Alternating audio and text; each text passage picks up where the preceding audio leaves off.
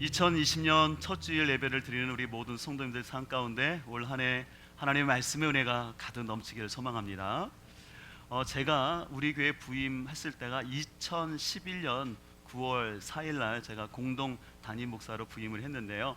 그때 제가 우리 교회에 왔을 때 한 70명, 80명 정도 이렇게 예배를 드리셨는데, 제가 2012년부터 본격적으로 이제 목회 사역을 하면서 해년마다 하나님께 기도 가운데 약속의 말씀을 받고 그 말씀을 통해서 매년 표를 정해서 교회를 섬겨 왔는데요. 그동안 어떻게 우리 교회가 말씀으로 왔는지 잠깐 나누는 시간을 가지려고 하는데요. 2012년도에는요. 말씀 묵상으로 생각과 언어를 새롭게라는 그 표어를 가지고 이때부터 우리 교회에서 큐티를 강조했습니다. 그러면서 새해를 시작하면서 습관 캠페인을 시작하면서 언어 생활에 좀 변화를 갖고자 했고요. 2013년도에는 이 산지를 주소서라는 표어를 가지고 이제 그때 본격적으로 세종시가 개발되면서 이제 교회 이름을 영기 침례교회에서 세종 선한 목자교회로 이제 바꾸게 되었습니다. 이제 2014년도에는 물된 동상 같은 가정 되게 하소서라는 표어를 가지고요. 특별히 가정 회복에 대한 관심을 두면서 또 우리 성도들의 교제 공간을 위해서 교회에서 카페를 그때 공사하게 되었습니다. 그다음에 2015년도에는 소망의 하나님을 바라보소서라는 그 표어를 가지고 우리 교회의 핵심 양육인 이제 복음학교가 이때부터 시작되었습니다. 그리고 2016년도에는 세상의 희망 교회 처치 리빌딩이라는 표어 속에서 이제 공동목회가 잘 마무리될 수 있도록 공동목회 협약서도 작성하고요. 또 우리 성도들을 위해서 또 교회 리모델링도 그때 진행해서 지금처럼 이제 본당 리모델링이 진행되었습니다. 이제 점점 또 기억이 나시는 분들이 있을 텐데 2017년도에는 말씀이 간증이 넘치는 교회라는 표어 속에서 목장 안에서 이렇게 삶의 간증들이 있기를 소망했고요. 좀 보시는 것처럼 또한 우리가 지역 사회를 위해서 우리 동네 작은 도서관을 또 개관하기도 되었습니다. 또 2018년도에는 만남의 은혜를 주소서라는 표어 속에서 우리 그룹별로 또 개인별로 좀 멘토링을 하면서 또 세대 간의 친교를 위해서 세대별 워크숍을 진행하게 되었습니다. 그리고 이제 2019년은 여러분들이 잘 아시는 것처럼 기도의 잔이 넘치게 하소서라는 표어 속에서 이제 중보기도 훈련을 하면서 새벽부터 저녁까지 24시간 기도가 가득한 교회를 소망하면서 다윗의 장막의 예배가 시작될 수 있도록 이렇게 달려왔습니다. 그래서 참 감사한 것은 한 해 한 해를 하나님께서 우리 교회에 필요한 말씀을 주시고 또한 그 비전을 통해서 우리 교회를 지금까지 아름답게 인도하신 줄 믿습니다. 감사한 것은 이 모든 것이 하나님의 은혜이지만 특별히 영기 침례교회 시절부터 목회자를 신뢰하면서 또 순종 가운데 함께해 주신 우리 모든 성도님께 다시 한번 감사의 마음을 드립니다. 이 말씀을 준비하면서 아내에게 이런 말을 했어요. 여보, 앞으로 우리가 말씀 액자 16개만 더 만들면 우리가 편히 쉴 수 있으니까 그때까지는 더 열심히 또 달려가자라고 그 얘기를 나누었습니다. 여러분들도 과거에 어디 곳에서 신앙생활 하셨던 이제 우리가 주님 안에서 한 몸을 이루었는데 이제 우리 선한 목자교회 가운데 하나님 부르셨기 때문에 이 가운데서 하나님의 나라를 우리 모두가 건강하게 이뤄갈 수 있기를 소망합니다. 그래서 오늘은 2020년 첫 주일이기 때문에요.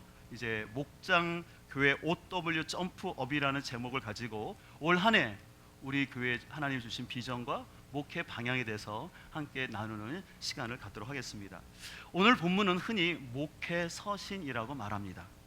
오늘 본문에 나오는 저자는 바울인데요. 바울은 에베소에서 담임 목사로 사역하고 있는 디모데에게 그가 어떻게 목회를 해야 될지를 구체적인 원리를 이 디모데 전서와 후서를 통해서 가르치고 있습니다.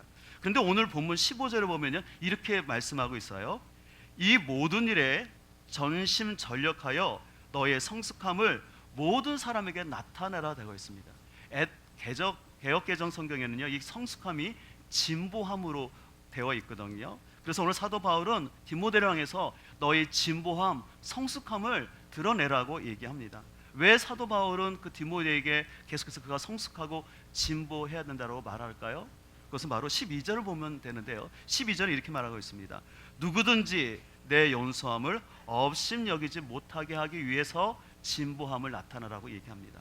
이 디모데가 당시 목회를 할 때 30살쯤으로 예상하고 있습니다. 그러다 보니까 그 교회 안에는 디모데보다 나이가 많은 성도들이 있었던 것 같아요. 그러니까 나이 많은 성도들이 어린 목회자인 디모데를 봤을 때 좀 연소하게 생각하는 경우가 있었던 것 같습니다. 그렇기 때문에 사도 바울은 네가 더 성숙하고 진보해야지만 그 나이 많은 성도들이 너를 업신여기지 아니하고 목회를 잘할 수 있으니까 진보할 것을 얘기합니다.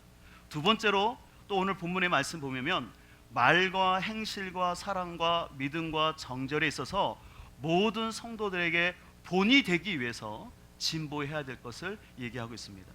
바울은 특별히요 디모데에게 권면하기를 말에 대해서 제일 먼저 얘기를 해요. 왜 말을 먼저 얘기했을까요? 여러 가지 성숙해야 될 부분이 있는데 사도 바울은 목회자로서 특별히 신앙생활 가운데 말이 너무나 중요하다는 걸 알았던 것이었어요. 실제로 그런 것 같습니다. 어떤 사람이 신앙에 성숙했다 안 성숙했다를 알 수 있는 걸 뭐냐면 언어 생활을 보면 알 수가 있는 것 같아요. 그래서 사도 바울은 디모데에게 네가 여러 부분이 있지만 특별히 언어 사용에 있어서 성숙해야 될 것을 얘기하고 있습니다. 그래서 저도 우리 교인들한테 자주 그런 얘기를 하죠. 아무리 친하다고 해서 사적인 명칭을 쓰지는 말라. 그래서 뭐 교회 안에서 뭐 언니나 뭐 오빠라는 단어를 제가 쓰지 못하도록 합니다. 왜냐하면 공식적인 호칭을 사용해야지. 여러분들이 그런 언어를 쓰면 되게 친한 것 같죠. 근데 친밀감이 있는 건 사실이에요. 근데 그럴수록 오히려 관계가 더 깊어지는 것이 아니라 오히려 나중에 더 어려워진 것을 있어요. 그래서 우리는 아무리 나이가 나보다 어리다고 그래서 함부로 말을 하대하는 식의 표현을 쓰면 안 되고 교회에서 준 그 직분에 맞는 존칭을 사용하는 것이 훨씬 교회의 안정성이 있다는 걸 기억했으면 좋겠습니다. 그럼 오늘 마지막 16절에서는 내가 내 자신과 가르침을 살펴 이 일을 계속하라. 이것을 행함으로 내 자신과 내게 듣는 자를 뭐 하려고 말합니까? 예, 여기서 구원한다라는 것은 어떤 의미입니까? 바로 성화의 구원을 말하는 거죠. 신앙이 성숙해 가는 것을 말하는 것입니다. 오늘 사도 바울은요 디모데야 네가 계속해서 성숙해야지만 네가 지속적으로 훈련을 해야지만 너 자신뿐만 아니라 너의 말씀을 듣는 성도들도 성화의 삶을 살아갈 수 있기 때문에 네가 계속해서 게으르지 말고 하나님의 말씀을 연구한 것과 읽는 것 성도들에게 말씀을 가르치는 일에 더욱더 전심전력해야 된다라고 오늘 사도 바울은 얘기합니다. 우리는 여기서 영적 지도자가 더욱더 도약하고 성숙해야 될 이유가 나타나 있는데 그것은 뭐냐면 자기 자신뿐만 아니라 그 공동체가 영적으로 성숙하고 도약하기 위해서는 지도자가 먼저 더 공부하고 성숙해야지만 선한 영향력을 끼칠 수 있습니다. 그래서 저와 같은 목회자가 되기 위해서는 보통 일반 대학이나 아니면 신학 학부를 마친 다음에는 신학대학원, 신대원 과정이라는 3년 과정을 마쳐야 이제 목사 안수를 받을 자격이 됩니다. 그리고 짧게는 2년에서 7년 동안의 신학 공부를 통해서 또 신학 석사학위나 박사학위 과정을 밟게 됩니다. 그래서 제가 가만히 보니까요, 목회자는요, 어떤 직업군, 뭐 목회자를 직업으로 포함하기는 그렇지만 넓은 의미에서 어떤 직업군보다 평생 교육이 가장 많이 필요한 것 같아요. 신학교를 졸업했다고 공부가 끝나는 것이 아니라 끊임없이 말씀을 연구해야 됩니다. 또 말씀뿐만 아니라 영성이나 상담이나 교회 행정이나 여러 분야에 대해서 끊임없이 공부를 해야 합니다. 저 개인적으로도 제가 영적으로 도약할 수 있는 몇 번의 시기가 있었는데 저 같은 경우는 신대원을 마친 다음에 신학교에서 선교사 사역을 감당하기 위해서 특별히 신학교 교수 사역을 감당하기 위해서 신약 해석학이라는 걸 공부했는데 그 과정을 통해서 제가 성경을 해석하는 관점이 굉장히 좀 넓혀졌고 어떻게 사람들이 성경을 해석해 왔고 어떤 견해들이 있는지를 좀 배울 수 있는 그런 스펙트럼이 넓어질 수 있는 좋은 경험을 하게 되었습니다. 또 이후에 여러분 잘 아시는 것처럼 제가 상담 공부를 통해서 제 자신과 또 타인을 이해하는 데 많이 도움이 됐던 것을 알 수가 있습니다. 또 저 개인적으로 제주 열방대학이라는 곳에 가서 또 DTS 훈련을 받으면서 제가 그 전까지 알고 있었던 성령 하나님에 대한 것들을 더 깊이 체험적으로 인격적인 성령 하나님에 대해서 알게 되었고 무엇보다 저에게 예배에 대한 관점이 굉장히 넓어지는 좋은 시간을 경험하게 됐습니다. 또 이후에 에스라 성경대학원에서 또 말씀만 공부하는데 그 에스라 성경대학원은 기숙사 생활하면서 오직 성경 66권만 배우는 곳이었습니다. 그런 과정들을 통해서 제 자신이 계속해서 성장해 왔는데 제가 이렇게 말씀드리는 이유는 저를 자랑하려는 것이 아니라 제가 이게 쉬지 않고 공부하고 나갔던 이유는 뭐냐면 그래야지만 제 자신이 성숙할 수 있고 제가 성숙해야지만 제가 섬기는 공동체가 더 건강해지기 때문에 그렇습니다. 그럼 만약에요 제가 신대원 3학년만 마치고 그냥 제가 가진 지식과 경험으로만 목회했다 그러면 금방 흔히 말로 본전이 다 드러나고 목회 가운데 침체가 찾아왔을 것입니다. 그래서 중요한 시기마다 계속해서 더 공부를 해야 됐던 것을 볼 수가 있습니다. 근데 여러분은 이건 개인뿐만 아니라 교회도 마찬가지입니다. 교회는 복음을 기초로 해서 하나님의 나라의 확장을 가진 본질이 있습니다. 이 본질을 놓치지 않아야 돼요. 교회의 본질은 하나님 나라에 확장하는 것입니다. 근데 하나님 나라를 세상적인 경영 논리가 아니라 복음으로 하나님 나라를 확장하는 것입니다. 그리고 더 나아가서 말씀과 기도를 통하여서 끊임없이 우리 자신이 영적으로 무장되어서 이 세상의 수많은 가치관의 도전 속에서 유혹받지 아니하고 그 대응하면서 도약을 하면서 교회가 계속해서 본질을 잃지 않는 가운데 성숙해 나가야 합니다. 제가 아직도 잊혀지지 않는 가장 인상적인 성지순례 장소가 있는데 그 장소는 어떤 화려한 건물도 아니고 멋진 풍경을 가진 곳도 아니었습니다. 제가 예전에 말씀드렸는데 골레서라는 지역이었습니다. 지금 표지판에 본 것처럼 옛날 지명을 나타내는 골로세라는 데가 있어요. 바로 그 저 언덕이 골레서 교회가 있던 지역이었어요. 1세기에는 저 지역이 상업지역으로서 굉장히 사람들이 많이 살던 지역이었어요. 근데 저 골레서 교회가 1세기를 지나면서 점점 쇠퇴하게 되었고 나중에는 사람들이 살지 않는 곳이 되었어요. 왜 그런지 아세요? 그 이유는 바로 뒤를 보게 되면 이 골레서 지역 뒤쪽으로 큰 도로가 생겼던 것이에요. 새로운 도로가 뚫리면서 저 뒤쪽으로 마을들이 형성되었고 지금도 저렇게 마을이 형성되는 거예요. 그래서 옛날 골레서 지역은 그 도심에 있다 보니까 점점 사람이 없어짐으로 인해서 그 도심이 쇠퇴함에 따라서 이 골로새 지역 자체가 그냥 옛날 교회터로만 남게 되었던 것이었습니다. 저는 참 저 모습을 보면서 그냥 교회가 시대의 변화를 읽지 못하고 그냥 여기가 좋사오니라는 그런 전통성에만 머물러 있었을 때 교회가 더 이상 하나님의 영향력을 끼치지 못하는 안타까운 현상을 저는 그 성지순례를 통해서 너무 강하게 느끼게 되었습니다. 제가 앞서 제가 목회자로서 훈련받은 이야기를 했는데요. 실은 우리가 영적으로 성장하기 위해서는요 대가 지불을 해야 됩니다. 그냥 성장은 이루어지지 않는 것 같습니다. 아까 제가 THM 과정을 공부했다고 했는데 그때 제가 서울에서 담임 전도서 사역을 하고 있었어요. 담임 전도서 사역하면서 이 THM 사역 공부를 하니까 너무 힘들었어요. 원래는 제가 그걸 생각하고 있지 않았는데 갑자기 담임 목사님이 필리핀으로 안식년을 가시는 바람에 제가 1년 동안 전도사지만 담임 사역을 한 것이었어요. 그러니까 일주일 내내 목회하면서 설교 준비하면서 또 그 월요일과 화요일에 THM 하기 위해서 학위 과정을 위해서 페이퍼를 준비하고 리서치를 해야 되는데 너무너무 바쁜 거예요. 그래서 어느 때는 주일날 오후 예배 끝나면 그때부터 다시 책 읽고 페이퍼 만들고 또 어느 때는 너무 시간이 급하다 보니까 또 아내의 도움도 받아서 번역도 받고 막 그래가지고 만드는 거예요. 그러면 2-3시간 자고 이제 서울에서 중부고속 타고 대전으로 내려가는 겁니다. 그럼 너무 졸린 거죠. 그럼 그럴 때 창문을 열고 허벅지를 꼬집으면서 몇 번을 꼬집으면서 그렇게 학위 과정을 마쳤던 것이었어요. 또 아까 제가 말씀드렸는데 제가 DTS 훈련을 받고 에스라 성경대학원을 가게 됐는데 그 훈련을 위해서 저는 안정적인 사역을 내려놓고 저희가 갖고 있는 재산, 전세 자금을 다 올인해서 그 DTS 훈련과 에스라 성경대학원 공부할 수 있는 재정적인 헌신을 하게 되었습니다. 때로는 여러분들 우리가 영적으로 도약을 하고 성장을 하기 위해서는요 저항도 극복할 필요가 있습니다. 제가 처음 우리 교회에서 부임해서 말씀 묵상 PT를 강조를 좀 했어요. 그랬더니 몇몇 분들이 목사님 시골교회에서 자꾸 말씀만 하면 성도들은 어렵습니다라고 얘기를 하는 거예요. 무슨 말씀인지 이해하지만 그렇다고 여러분들 시골교회라고 말씀이 아닌 무엇으로 목회한다고 하겠습니까? 또 한 번은 아까 그림에 보셨지만 제가 카페를 우리 교회에서 만들었는데 처음에 카페를 공사를 한다니까 몇몇 분들이 아니 시골교회에 무슨 카페가 필요하냐고 좀 반대를 하셨어요. 그러나 감사하게 해서 그런 분들은 몇 분 안 되셨고 모든 분들이 너무나 흔쾌히 해주셔서 카페가 잘 만들어졌습니다. 카페가 잘 만들어진 다음에 성도님들이 고백하는 거예요. 이 카페 안 만들었으면 우리 교회 새 가족들 왔는데 이분들이 어디서 교제했을 뻔했을까? 이거 안 만들어서 큰일 났다. 큰일 날 뻔했다. 얘기를 하는 것이었어요. 저는 것들을 경험하면서 사람들은요 자신이 경험한 것과 자신의 지식의 한계에 의해서 새로운 도약을 거부하는 것이 보편적으로 사람들 안에 있어요. 익숙한 게 편한 거예요. 그리고 내가 경험한 게 전부라고 생각하는 것이죠.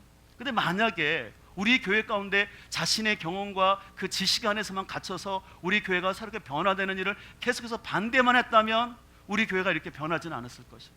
근데 감사하게 우리 교회 기존 성도님들이 새로운 목회자가 와서 교회를 도약하기 위해서 이런 걸 할 때 너무나 적극적으로 협조해 주시고 도와주심으로 말미암아 우리 교회가 지금까지 더 아름답게 성장하게 된 줄 믿습니다.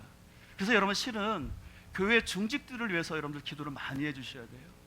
교회 리더들이 목회자와 함께 뜻을 합하여서 시대의 변화를 알아보고 알고 준비하면서 도약을 해야 되는데, 인본주의적인 생각과 인간적인 생각 안에서 너무 갇혀 있으면 교회가 더 이상 성장하지 못하고 그냥 현상 유지만 하다가 끝날 수 있기 때문에, 저를 비롯하여서 교회 중직들이 신장 진정 하나 앞에 깨어 있어서 영적으로 분별력뿐만 아니라 바른 통찰력을 가지고 교회를 섬길 수 있도록 우리가 함께 기도하며 나가야 할 줄 믿습니다.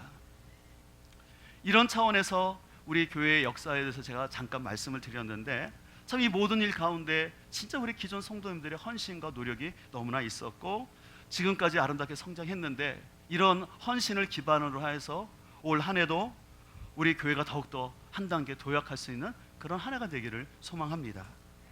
이를 위해서 올해 우리 교회 표어를 목장교회 OW로 복음을 나누는 교회로 정했습니다. 그래서 올해 특별히 하나님께 주신 약속의 말씀은 사도행전 2장 46절과 47절인데 한번 찾아보겠습니다. 사도행전 2장 46절 47절입니다.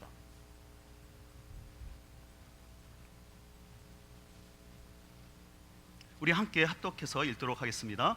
날마다 마음을 같이하여 모이기를 힘쓰고 집에서 떡을 떼며 기쁨과 순전한 마음으로 음식을 먹고 하나님을 찬미하며 또 온 백성에게 칭송을 받으니 주께서 구원받는 사람을 날마다 더하게 하시니라. 아멘.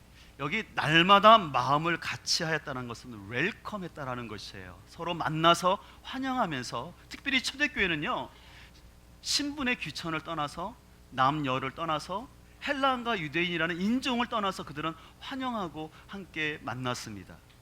또한 그들은 성전에 모였는데, 성전에 모인 이유는 뭐냐면 월십, 하나님께 예배하기 위해서 그들은 모였습니다. 그래서 그들은 주일에는 성전에서 함께 예배할 뿐만 아니라 주중에는 성도들이 각각 집을 돌아다니면서 거기서 예배를 드렸습니다. 그래서 여러분들 그 말씀을 보게 되면 이렇게 되어 있습니다. 그리고 날마다 한 마음으로 성전에서 열심히 모이고 집집이 돌아가면서 빵을 떼며 교제했다라고 새 번역에서는 얘기하고 있습니다. 그래서 여러분들 초대교회는요, 두 가지 예배가 있었어요. 주일에는 대그룹이 함께 모이는 예배를 드렸다 하면, 주중에는 가정을 중심으로 해서 소그룹으로 주중 예배가 그들 안에 이루어졌던 것을 볼 수가 있습니다. 이런 차원에서 올 한 해 특별히 우리 교회에서 좀 강조하고자 하는 것은, 이 하나님의 임재가 더 충만한 이제 목장 예배에 더 포인트를 두려고 합니다. 그래서 특별한 경우가 아니면 이제 올해부터는 목장 모임을 주일에 하는 것이 아니라 주중에 하는 걸 원칙으로 정했습니다. 왜냐하면 주일은 우리가 함께 모여서 드리는 대예배를 드린 상태이기 때문에, 주중에 중간쯤 되는 날짜에 우리 목장 식구들이 또 함께 모여서 거기서 예배를 드릴 때 더 하나님의 또 기름 부음이 있을 거라는 소망을 하면서 주중에 이제 목장 예배를 드리려고 합니다. 그리고 실은 우리가 주중에 집에서 예배를 드린다 하면 부담감이 있잖아요. 어떤 부담감이 있을까요? 네, 당연히 청소도 해야 되죠. 또 간식도 준비해야 되죠. 음식도 하는 집들은 힘들잖아요. 근데 실은 불편한 게 사실이에요. 근데 여러분들, 불편하면 우리가 왜 삽니까? 그렇죠? 좀 심하게 말해서 실은 불편하지만 내가 집을 오픈하고 내가 조그만 간식을 준비한 것보다 그 집에서 함께 모였을 때 거기에 하나님의 임재가 더 강한 거예요. 그 은혜가 더 크면은 내가 사소한 불편함은 오히려 상세가 될 수 있다라는 것이죠. 그래서 소망하는 것은 여러분들 올 한 해 여러분들의 목장 예배 가운데 하나님의 기름 부음이 충만하여서 여러분이 집을 오픈하고 청소를 하고 간식을 준비하는 그 부담감보다 하나님이 부어주신 은혜가 더욱더 가득 넘치기를 주님으로 축원합니다. 이어서 초대교회는 월드, 하나님의 말씀을 함께 그들은 나누었습니다. 그래서 42절에 보면 그들이 사도의 가르침을 받았다라고 얘기하고 있습니다. 그래서 서로 교제하고 떡을 떼며 오로지 기도하기를 힘썼다고 말하고 있어요. 여러분들, 초대교회의 교제의 핵심은요, 말씀이었어요. 그래서 그들은 하나님의 말씀을 기준으로 삶을 나누고 서로 기도하는 가운데 성도의 삶을 나눴던 것이에요. 근데 여러분, 오늘날 어떤 사람들은요, 이 교제라는 것을 좀 이렇게 격화시키는 사람들이 있어요. 어떻게 격화시키냐면, 믿는 사람끼리 카페에 가서 차를 마시고, 아니면 각계 어떤 식사를 하고, 아니면 문화 공연이나 운동한 것을 목장 모임이라고 하는데, 여러분, 그건 아니에요. 왜냐하면 세상에 믿지 않는 사람들도요, 친한 사람끼리 카페에서 차 마시고 밥 먹고 운동도 하고 문화 공연도 합니다. 그러면 믿는 사람과 믿지 않는 사람의 차이는 어디 있을까요? 그것은 아까 말씀드린 것처럼 교회 공동체는 말씀인 거예요. 말씀을 통해서 서로의 삶을 나누는 거예요. 말씀을 통해서 깨달은 것, 말씀을 통해서 나에게 다가왔던 것, 내 죄를 같이 고백하고 또 서로 연약함을 위해서 기도하면서 말씀과 기도 가운데 교제가, 그게 진정한 교제인 거지, 말씀과 기도 없이 그냥 만나서 차 마시고 밥 먹는다고 해서 절대 변하지 않아요. 제가 이따 오후 예배 시간에도 말씀 나누겠지만, 저도 많은 부사역도 생활을 하면서 목장에 대한 것을 사역을 하면서 느낀 거지만요, 왜 사람들이 안 변할까? 사람들은 자꾸 예수 믿어 안 변한다 그래요. 그 이유가 있더라고요. 그 말씀 가운데 말씀이 없는 거예요. 모임 가운데 말씀과 기도가 없는 거예요. 말씀과 기도는 제쳐놓고 그냥 모여서 세상 얘기하고, 좀 남자분들은 정치 얘기하고, 여자분들은 남편 얘기하고, 뭐 그런 얘기만 하다가 하더니 무슨 변화가 있겠습니까? 근데 그렇지 아니하고요, 원칙적이지만 말씀으로 자신의 삶을 돌이키고 기도 가운데 자신의 연약함을 고백하고 서로 위해서 기도해주는 그 목장은요, 6개월을 만나든 1년을 만나든 변화가 있다라는 것입니다. 소망하는 것은 올 한 해 우리 목장 예배 가운데 이 말씀과 기도로 함께 교제할 수 있기를 간절히 소망합니다. 또 한 가지, 초대교회 가운데는 워크, 사역을 했어요. 근데 이 사역은요, 단순히 교회 내적인 사역만이 아니라 교회에서의 사역뿐만 아니라 대외적인 사역들을 그들이 함께 했어요. 그러므로 말미암아 어떤 결과가 나타났냐면, 온 백성에게 친성을 받았다라고 얘기하고 있어요. 그것은 뭐냐면, 그 초대교회가 가난한 사람들을 구제하고 돌보는 그 일들로 인하여서 교회를 다니지 않는 다른 백성들로부터 칭찬을 받는 교회가 됐다는 것입니다. 그런 의미에서 여러분, 우리가 사역한다고 할 때 그것은 단순히 교회 주방에서 봉사하는 것, 청소하는 것, 귀한 일입니다. 그러나 우리는 그것뿐만 아니라 우리는 교회의 틀을 벗어나서 이 사회를 향한, 우리가 속한 이 지역 사회를 위한 어떤 모습으로 우리가 섬겨야 할지를 관심을 갖고 더 섬길 수 있기를 간절히 소망합니다. 그래서 그 교회가 있음으로 인하여서 그 지역이 축복을 받아야 된다고 저는 생각합니다. 그래서 저는 저 교회가 있는 게, 그 지역의 복이구나, 그 동네 분들이 그 우리 선한 목자교가 있음으로 인해서 우리 영길이, 이 당산로가 훨씬 좋아졌다라는 그 말을 듣는 것이 우리 모습이라고 저는 생각합니다. 여러분 동의하시죠? 우리가 그런 모습으로 사회를 함께 섬기길 소망합니다. 마지막으로는 위트니스 앤 프레이예요. 그것은 뭐냐면, 초대교회는 그들 가운데 생명의 역사가 나타났는데, 말씀을 보게 되면 주께서 구원받는 사람을 날마다 더하셨다라고 48절, 47절에서 말하고 있어요. 근데 여기서 주께서 구원받는 사람을 날마다 더하셨다라는 것은요, 초대교회가 아무 전도도 하지 않은데 그냥 예수님께서 그 교회를 부흥시켜 주셨다는 건 아니에요. 이 말은 뭐냐면요, 구원의 주체는 하나님이세요. 오직 우리를 구원하시는 건 하나님입니다. 그러나 그 일들이 이루어지기 위해서 바로 사도들이 나가서 핍박 가운데도 외치고 선포할 때 이런 구원의 역사가 나타나서 날마다 믿는 자들을 더하여 준 줄 믿습니다. 초대교회가 그냥 팔짱만 끼고 하나님이 예정하셨으니까 구원해 주시겠지, 저들 그대로 그렇게 있지 않았다라는 것이에요. 그래서 사도행전 2장 38절에 보면 이렇게 말하고 있습니다. 베드로가 대답하였다. 회개하십시오. 그리고 여러 각 사람은 예수 그리스도의 이름으로 침례를 받고 죄 용서를 받으십시오. 복음에 대해서 정확하게 먼저 얘기합니다. 그리하면 성령을 선물로 받을 것입니다.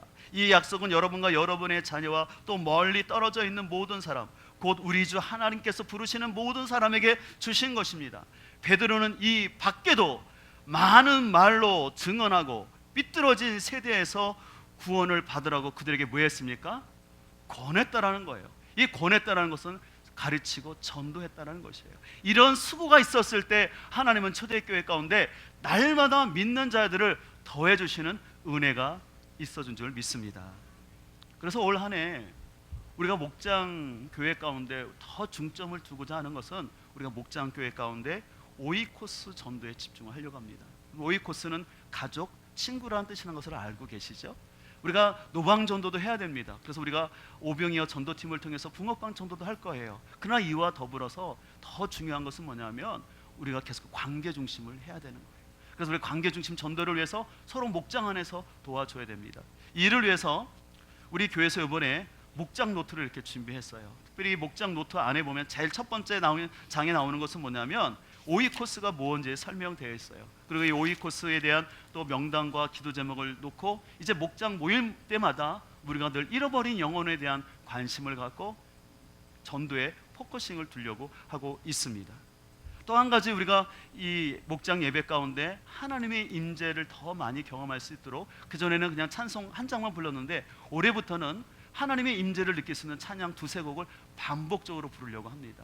그래서 뒤에 보면 여러 악보들을 준비해놨어요. 그래서 경배와 찬양의 악보들도 준비해놔서 좀 두세 곡 정도를 반복해서 또 부를 때 하나님의 임재를 경험할 수 있도록 하고요. 또한 목장 모임 가운데서 함께 말씀의 교제를 할 뿐만 아니라 서로를 위해서 축복하는 축복 사역을 하려고 해요. 또 그 축복 사역을 위한 여러 성경 구절도 뒤에 적어놨고 또 어떻게 축복의 말을 해야 될지 그 말도 구체적으로 다 적어놨어요. 그래서 여러분들 걱정할 필요가 없습니다. 새 가족들도 이 목장 노트만 보면 그대로 따라 할 수 있습니다.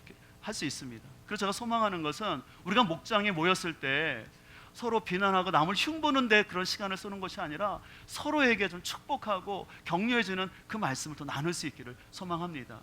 그래서 여러분들 목장으로 모였을 때 우리가 주님 안에서 모였는데 뭐 세상 정치 얘기하고 누구 비판하는 얘기에서 무슨 도움이 되겠습니까? 오히려 마이너스 부정적인 에너지만 생겨요. 근데 우리가 말씀을 가지고 서로 지체를 해서 축복해 줄 때 그것이 결국은 내 자신에게도 돌아오는 귀한 통로가 될 줄 믿습니다. 그래서 제가 소망하는 것은 그동안 하나님의 은혜 가운데 우리 교회가 비록 시골 지역에 있지만 또 홈페이지를 보고 찾아오는 우리 사가족들이 많았어요.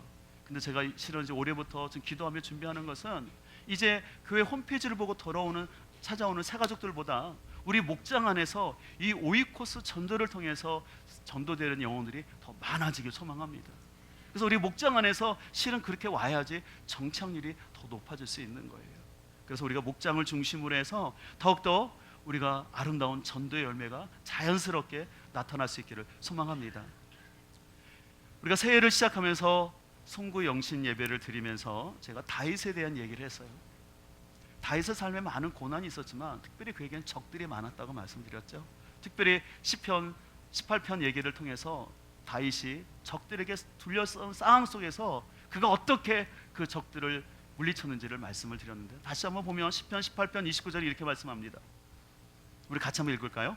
내가 주를 의뢰하고 적군을 향해 달리며 내 하나님을 의지하고 담을 뛰어나이다. 예, 다윗은 담을 뛰어넘었다고 말하는 거예요. 근데 어떻게 넘었다고요? 여러분 말씀을 다시 한번 보여주세요. 거기 보면 여러분 송구 영신 예배 때 오신 분 알겠지만 주를 의뢰하고 그리고 하나님을 의지하고 저 단어가 같은 단어라 했어요. 어떤 단어였습니까? 기억나셔야 되는데 기억 안 나도 괜찮습니다. 그래서 제가 보람이 있죠. 함께라는 뜻이에요. 저 의지하고 의뢰하고라는 건 함께라는 거예요. 다윗은 자신의 힘을 의지한 게 아니에요. 자신의 칼을 의지한 것이 아니라 하나님과 함께 달려갔다는 것이에요. 장대 높이 선수가 그 장대와 함께 그 점프하에서 장대를 넘는 것처럼 우리 스스로는 연약하지만 우리가 주님과 함께 달려갈 때 우리의 삶 속에 있는 장애물들을 우리가 뛰어넘기를 소망합니다. 그래서 소망하는 것은 우리 교회가 올 한 해 진짜 주님과 함께 주님을 의지함으로 인해서 힘차게 달려가서 담을 뛰어넘는 우리 교회가 되길 소망합니다. 또 여러분의 삶 가운데도요, 여러분의 삶에 있는 장애물들을 여러분들이 뛰어넘기를 소망합니다.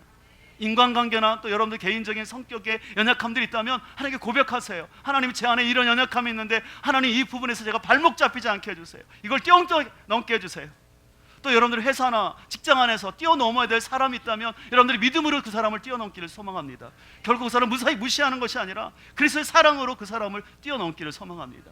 또 또 여러분들이 진급해야 되고 더 나갈 방향에 있다면 여러분들 최선을 다해서 하나님과 함께 달려갈 수 있기를 소망합니다. 오늘 학생들이 있기 때문에 제가 이 얘기를 한마디를 더 한다면, 우리의 구원은 철저히 하나님의 은혜입니다.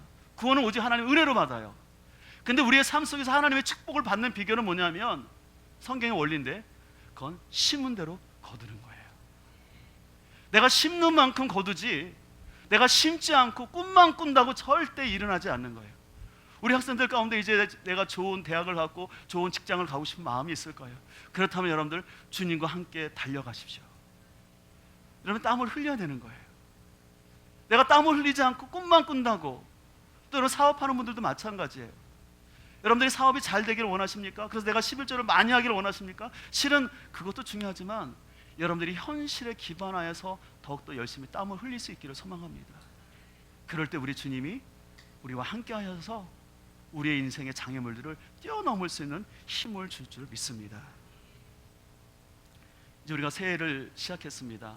소망하는 것은 오늘 2020년 첫 주일 예배를 드리는 우리 모두가 하나님과 함께 말씀의 기초를 가지고 성령님의 역사 안에서 탄력성 있게 우리의 삶 속에 막혀있는 당과 벽을 뛰어넘는 우리 모두가 되기를 간절히 소망합니다. 그런 마음으로 함께 달려갈 때 주님이 우리와 함께 해주시고, 올 연말에는 이런 내 인생의 담들과 벽을 넘었다라고 고백할 수 있는, 간증할 수 있는 우리 모두가 되기를 주임으로 축원드립니다. 우리 함께 찬양하겠습니다. 오늘 말씀을 기억하면서 하나님, 특별히 올 한 해 우리 선한 목자 교회가 참 주님께서 원하시는 건강한 교회로 더 도약할 수 있도록 은혜 베풀어 주옵소서.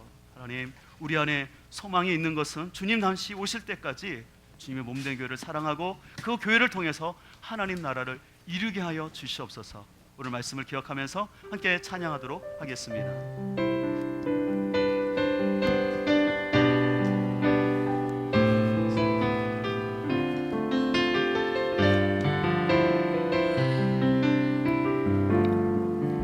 우리에겐 소원이 하나 있네. 주님 다시 오실 그날까지 우리 가슴에 새긴 주의 십자가 사랑, 나의 교회를 사랑케 하네. 주의 교회를 향한 우리 마음, 희생과 포기와 가난바보나 하물며 죽음조차 우릴 막을 수 없네. 우리 교회는 이 땅의 희망, 교회를 교회되게, 예배 예배되게 우릴 사용하소서. 진정한 부흥의 날 오늘 임하도록 우릴 사용하소서. 예배하기를 원합니다. 성령 안에 예배하리라. 자유의 마음으로 사랑으로 사역하리라. 교회는 생명이니 교회를 교회되게, 예배를 예배되게 우릴 사용하소서. 진정한 부흥의 날 오늘 임하도록 우릴 사용하소서.